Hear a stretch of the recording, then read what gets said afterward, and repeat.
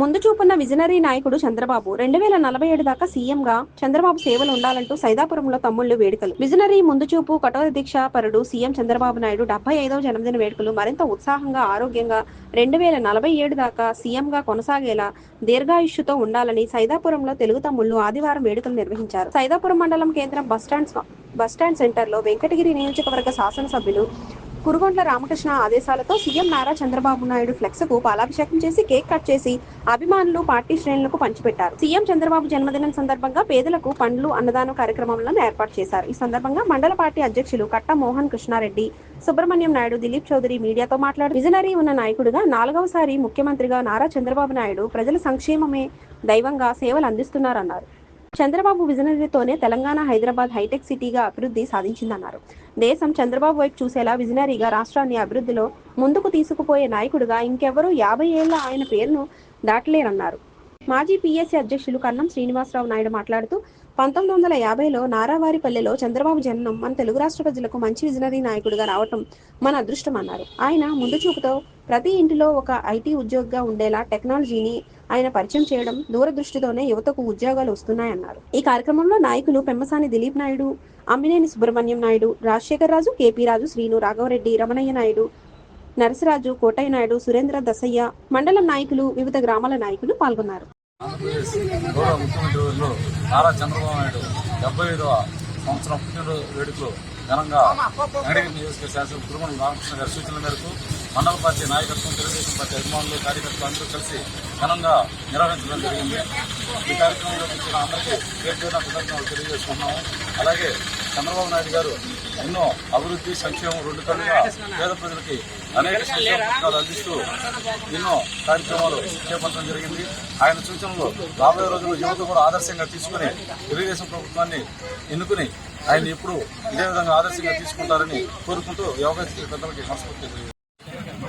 ఈరోజు మా ప్రీతం నాయకులు శ్రీ కురుగొండ్ల రామకృష్ణ గారి ఆదేశాల మేరకు మా జాతీయ అధ్యక్షులు శ్రీ నారా చంద్రబాబు నాయుడు గారి 75వ పుట్టినరోజు సందర్భంగా సైదాపురం మండలంలో ఈరోజు కేక్ కటింగ్ జరిగింది. మండల నాయకులందరూ ఆధ్వర్యంలో అదేవిధంగా అన్నదానాన్ని కూడా నిర్వహిస్తున్నాం. ఇవన్నీ ఎందుకు చేసుకుంటూ వచ్చామంటే తెలుగుదేశం పార్టీ పెట్టినప్పుడు ఎన్టీ రామారావు గారు ఆ పార్టీని ముందుకు తీసుకుపోయి పార్టీని బాగా బలోపేతం చేసి ఈరోజు 4.0 అంటే 4వసారి ముఖ్యమంత్రి అయినటువంటి చంద్రబాబు నాయుడు గారికి ఈ విధంగా మేము 75వ సంవత్సరం పుట్టినరోజు శుభాకాంక్షలు తెలియజేసుకుంటూ ఆయన గురించి మాట్లాడాలంటే ఎక్కడో నారావారిపల్లిలో ఒక చిన్న కుటుంబంలో పుట్టి 2 ఎకరాల ఆసాంగా ఉంది. ఈరోజు అంచెలంచెలుగా రాజకీయంగా కానివ్వండి, రాష్ట్రాన్ని కానివ్వండి, దేశంలోకి ఒక మంచి ముఖ్యమంత్రి, ఒక విజన్ ఉన్నటువంటి లీడర్ అని చెప్పి గుర్తింపు పేరు తెచ్చి ఆనాడు ఎన్టీ రామారావు గారు తెలుగు వాళ్ళు మద్రాసు తెలుగు వారిగా గుర్తింపు తెచ్చారు.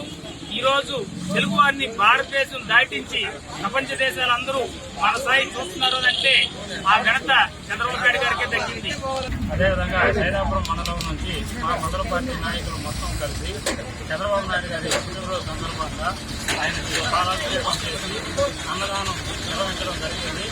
ఈ వేడుకని ఒక ఆంధ్ర రాష్ట్రం మొత్తం ఒక పండగలాగా ప్రతి ఒక్క నియోజకవర్గాలు, మండలాల పండగలాగా జరుపుకోవడం చాలా ఆనందంగా ఉంది. అదేవిధంగా చూస్తే మా చంద్రబాబు నాయుడు గారు అంటేనే విజనరీ ఉన్న నాయకులు. అప్పట్లో హైదరాబాద్ లో హైటెక్ సిటీ నాయకులంతా కూడా ఇప్పుడు అదే హైటెక్ సిటీ తెలిసి అంతా చంద్రబాబు నాయుడు గారు ఉన్నాడంటే ఉన్నటువంటి ముఖ్యమంత్రి వారు కూడా ఈ మధ్యన తెలియజేయడం జరిగింది. అలా ఉంటుంది ఈ విజనరీ సీఎం గారు అంటేను. మాకు కూడా ఆంధ్ర రాష్ట్రంలో కూడా అదేవిధంగా త్వరలో ఐటీ చేయడానికి ఆయన శక్తి వచ్చిన లేకుండా కృషి చేస్తున్నారు యూఎస్ లో కూడా. అదేవిధంగా చూసుకుంటే సైదాపురం మండలంలో గత 5 ఏళ్లలో పోతున్నారు. ఎక్కడ చూసినా అభివృద్ధి అనే విధంగా రోడ్లు అన్ని జరుగుతూ ఉన్నాయి. చాలా సంతోషంగా ఉంది ఆయన పుట్టినరోజు ఘనంగా జరుపుకోవడం.